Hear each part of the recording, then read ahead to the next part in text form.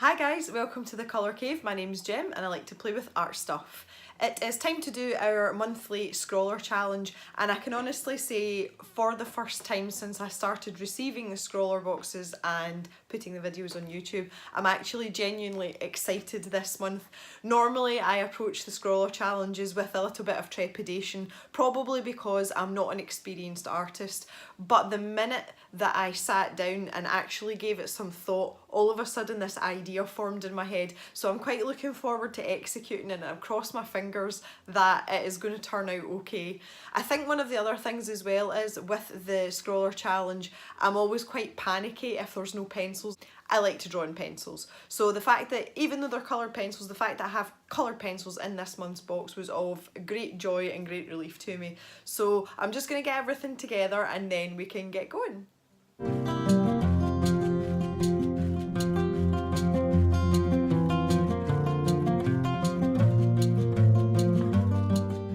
With the inclusion of the different types of paper and the glue in this month's Scrawlr box, I felt that this was more of a crafty project instead of an art project.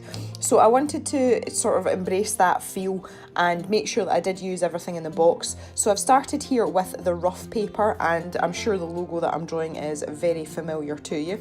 I started using the coloured pencils as well. I did make sure that I used the eraser pencil that came in the box, which I really wasn't keen on, and as time went on I realised it's not something that I'm going to continue to use, to be perfectly honest. I have better erasers already in my stash of art supplies.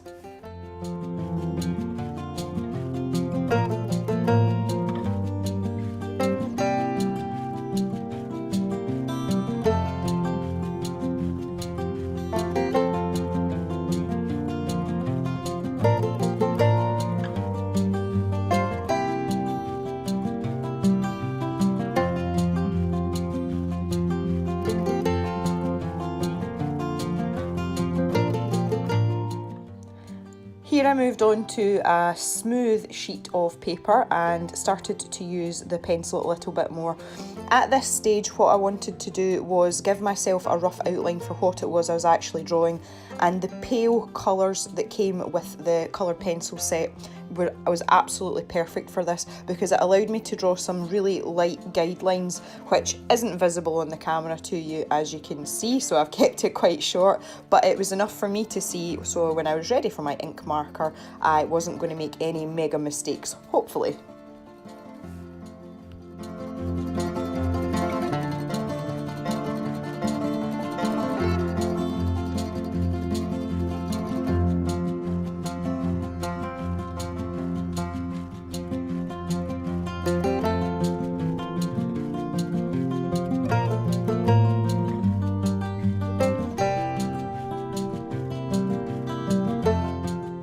I'd kind of forgotten that the marker had two different thicknesses of nibs, so I took the opportunity here to use the thicker nib just for fun, so that I could say I'd used it really. There was no artistic intention in this, I promise you.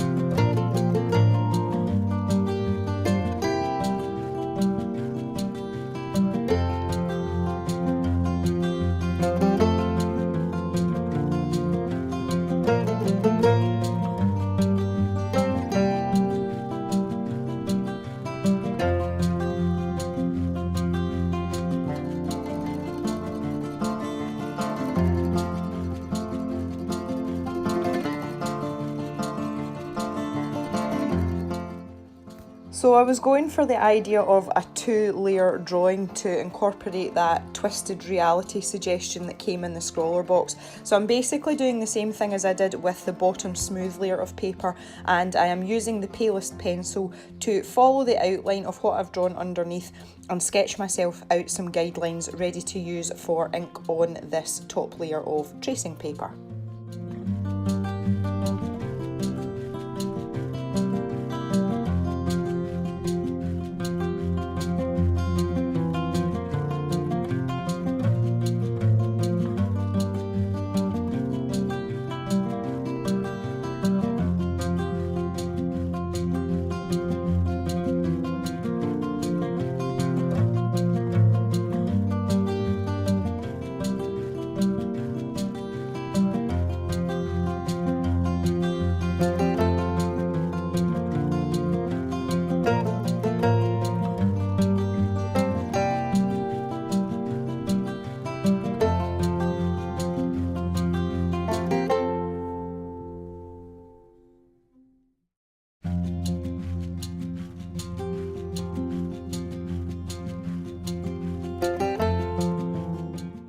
My top layer picture's starting to take shape at this point, and you may have twigged on what I am aiming for in terms of the entire picture. This pen was absolutely lovely to use on the tracing paper, just really smooth, really nice, even lines. Particularly for someone like me who isn't really keen on using a lot of ink, I took great joy in using this pen. It was absolutely superb.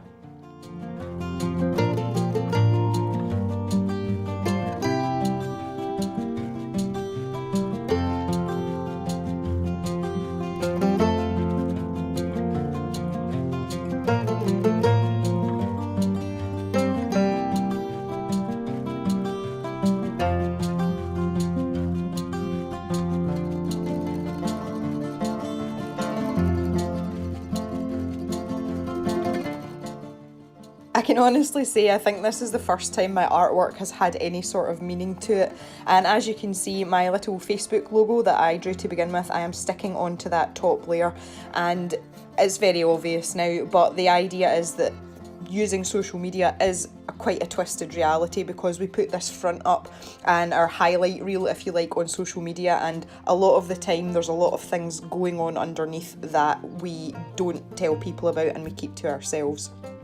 Moving on from that, I started here to get into the sort of colouring aspect of the drawing now, starting with that bottom layer on the smooth paper, and I have to say the combination of the chameleon pencils and that smooth paper was absolutely horrible.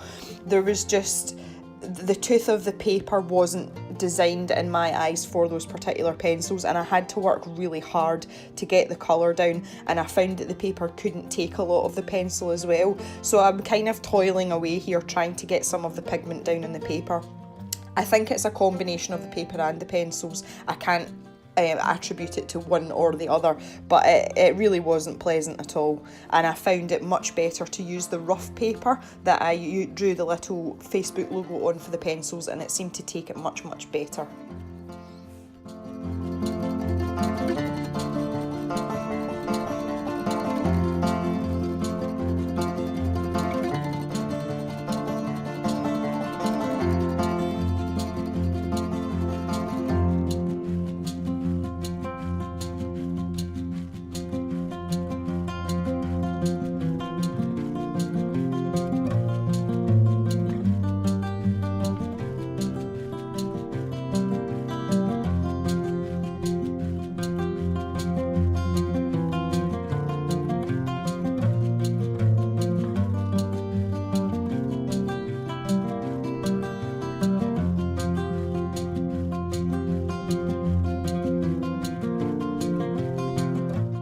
With the limitations of the colour palette I had, I plumped for pink hair for my young lady in this picture, and it's something that I wouldn't normally choose, but I was actually really pleased with the way it turned out.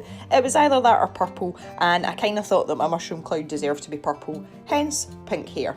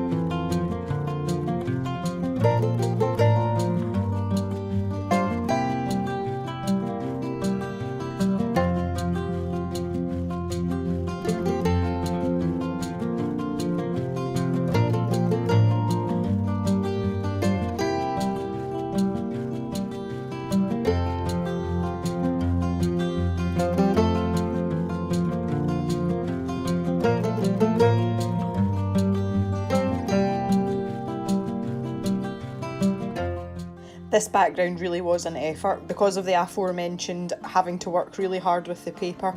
The background actually took me ages, and I think I ended up, it was about 3 layers of pencil that I used, and it was still quite patchy, and quite frankly I was just done in by it, and I just decided that I wasn't doing anymore. Out of everything, I think it probably took me longer to do the background than it did everything else put together, but I was determined I was working through it, and I got there in the end.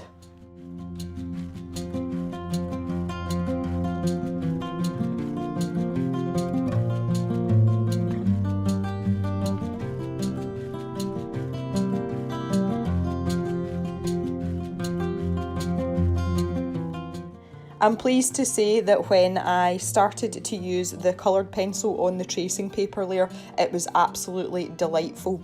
It was so smooth and so lovely. The pencil went down so well. So I had a much nicer experience colouring in this part of the picture than I did on the smooth paper for the bottom layer, which was a bit of a relief, to be honest, because I felt as if I was going to be there for days if I was going to have to go through the same thing again.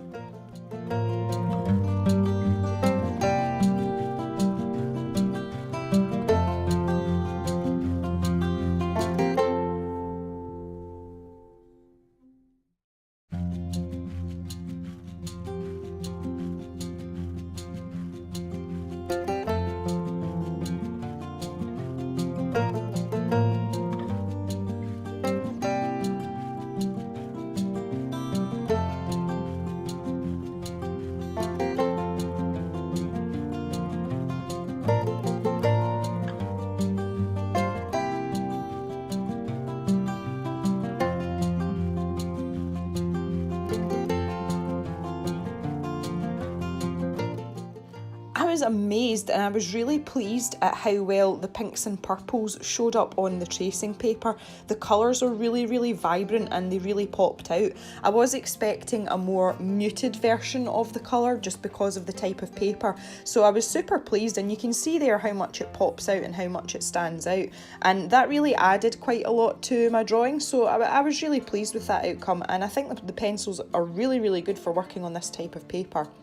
Now here comes the complicated part. I had to line up the bottom and the top image and put my crease in my top sheet accordingly so that when they sat on top of each other they were more or less lined up and one and the same, if you like.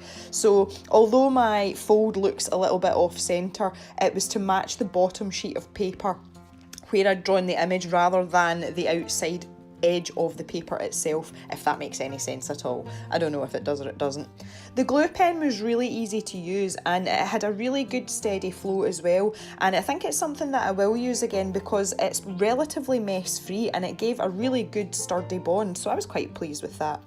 So there you can see now that what I was going for in terms of the concept of the picture. I was really pleased with that. So all it was left for me to do was to add the underneath information, which is #IRL in real life. I kind of think now I didn't have to add that. It's pretty obvious where I was going with this picture, but it was kind of a spur of the moment, you know, last kick thing. And there you can see the finished article and what it's supposed to look like. So that was all that was left, was to sign the bottom of the drawing, and I was ready to stop there. This was kind of my regret. I decided on the spur of the moment at the last kick to put a little flap over my IRL so that when the top sheet was down it wasn't poking through and it wasn't obvious when, you know, everything was folded over.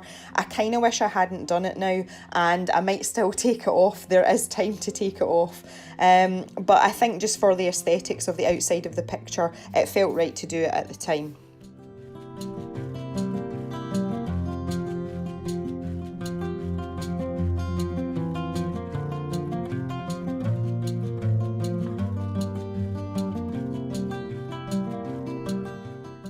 And there we are, challenge complete. If you've enjoyed this video, feel free to give it a thumbs up, we always like that. I do put out 2 videos a week, once on a Monday and once on a Friday, and feel free to leave me any comments below. We'll see you soon in the colour cave. Bye guys.